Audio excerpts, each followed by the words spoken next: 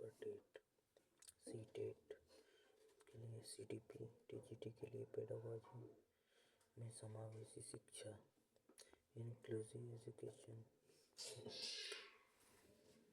तो CDP वाले हिस्से का टॉपिक जो होता है परीक्षाओं में लगभग 100% सही हल करने के लिए ट्रिक और व्यवहारिक मूल मंत्र होना चाहिए। पॉजिटिव बनाम नेगेटिव वर्ड तकनीक दी गई है। समावेशी शिक्षा का मूल मंत्र, बच्चा कभी गलत नहीं होता, व्यवस्था स्कूल को बदलना होगा। बच्चा हमेशा सही होता है, व्यवस्था स्कूल को बदलना होगा। समावेशी शिक्षा का अर्थ है बिना किसी भेदभाव, जाति, धर्म, लिंग, शारीरिक या मानसिक स्थिति के सभी बच्चों को एक ही छत के नीचे एक ही कक्षा में पढ़ाना। समस्या बच्चे में नहीं प्रणाली में है, यानी बच्चा सही है, सिस्टम में गलत है। यदि बच्चा सीख नहीं पा रहा है तो इसका कारण शिक्षक की विधि या स्कूल का ढांचा है, बच्चे की कमी नहीं। समानता नहीं, क्षमता होनी चाहिए। हर बच्चों को उसकी ज़रूरत के हिसाब से संसाधन देना चाहिए। जैसे दृष्टिबाधित बच्चों के लिए ऑडियो बुक, न कि केवल सामान्य किताब। प्रश्नों को हल करने की सुपर टिक होती है। जब भी आप समावेशी शिक्षा को कोई प्रश्न पढ़ें, विकल्पों को ऑप्शन, सकारात्मक और नकारात्मक शब्दों को ढूंढें। ये विकल्प हमेशा सही होंगे। लचीला हमेशा होने वाले सही जो है ट्रिक के लिए जो है पॉजिटिविटी, लचीला पाठ्यक्रम होना चाहिए। बच्चे की गति के अनुसार पढ़ाने की रणनीति होनी चाहिए। विविधता का सम्मान होना चाहिए। कक्षा में अलग अलग पृष्ठभूमि के बच्चों को एक संसाधन मानना। बाल केंद्रित दृष्टिकोण होना चाहिए।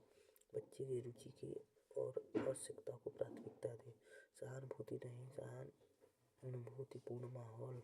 दया दिखाना गलत है, लेकिन सहयोग और समझ देना सही है। बहुसंवेदी शिक्षण, मल्टी सेंसरी टीचिंग, देखने, सुनने और छूकर सीखने के अवसर एक साथ देना है।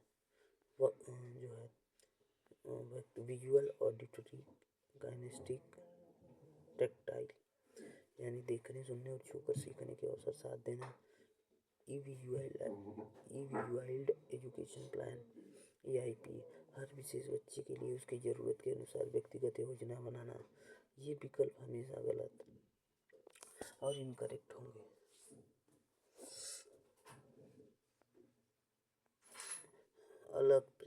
अलगाव, पृथक्करण, सेपरेशन, विशेष बच्चों को अलग कमरे या अलग स्कूल में भेजना। समावेशी शिक्षा अलगाव का कड़ा विरोध करती है। लेबलिंग, बच्चे को मंदबुद्धि, विकलांग या कमजोर कहना। ये वर्गीकृत करना, मानकीकृत, कठोर पाठ्यक्रम, स्टैंडर्डाइज्ड, रिजिड क्यूरिकुलम, सब बच्चों के लिए एक ही जैसा नियम लागू करना। दया या सहानुभूति, पिटी, सिंपैथी, बच्चों पर दया भाव दिखाना या उसे बेचारा समझना, ऐसा नहीं होना चाहिए, नकारात्मक है। ड्रिल और रटना, बार बार बच्चों को कई टॉपिक नहीं रटाना चाहिए या अभ्यास कराना। अक्सर पूछे जाने वाले विकार संबंधित प्रश्नों के ट्रिक, जैसे परीक्षा में समावेशी शिक्षा के तहत बच्चों की अधिगम क्षमता यानी लर्निंग डिसेबिलिटी से जुड़े प्रश्न निश्चित आते हैं, इन्हें याद रखने की ट्रिक। विकार, ट्रिक की वर्ड अर्थ, डिसलेक्सिया लुक, पठन विकार, पढ़ने में कठिनाई, जैसे वाच को सा पढ़ना। डिस्ग्राफिया, ग्राफ, चित्र लिखना, लेखन विकार, साथ में लिखने या स्पेलिंग में कठिनाई। डिसकैलकुलिया, कैलकुलेटर, गणित संबंधी विकार, गणितीय गणना विकार। आगे डिस्प्रैक्सिया, प्रैक्टिस, मोटर स्किल, शारीरिक संबंध में जूते के फीते बांधना, बटन लगाना, इन सब की समस्याएं हो सकती हैं। ADHD, अटेंशन, ध्यान का इधर उधर भटकना, एक ही जगह नहीं रुकना। आगे है ऑटिज्म। ऑटिज्म क्या है? स्विलिंग, सामाजिक संप्रेषण, सोशल कम्युनिकेशन और बातचीत में कठिनाई। आगे है प्रश्न हल करने का 3 स्टेप फिल्टर। जब आपके सामने कोई कठिन प्रश्न आए तो इन 3 चरणों में बांटकर छोटे छोटे विकल्पों में पहचानें। स्टेप 1, प्रश्न में पूछा गया बच्चा किस पृष्ठभूमि या विशेष आवश्यकता है। टू में निगेटिव हटाएं। जिस विकल्प में बच्चों को अलग करने, सजा देने, लेबल करने या कठोर नियम थोपने की बात हो उसे तुरंत काट दें। स्टेप 3, पॉजिटिव चुनें।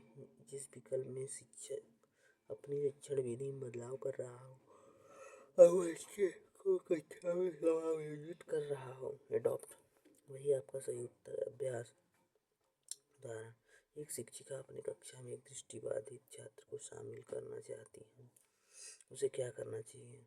जो शिक्षिका एक दृष्टिबाधित छात्र को शामिल करना चाहती हैं तो उन्हें बाकी बच्चों से अलग बैठना चाहिए, गलत। उसे विशेष स्कूल भेजने की सलाह देनी चाहिए, गलत। पाठ्य सामग्री को श्रव्य रूप में उपलब्ध कराना चाहिए और भाषा में स्पष्टता लानी चाहिए। बहुसंवेदी सपोर्ट विकल्प सही। ऑप्शन डी, पर दया करके उसे परीक्षा में छोड़ देनी चाहिए, ये भी गलत है। कुछ इस टाइप के प्रश्न पूछे जाते हैं।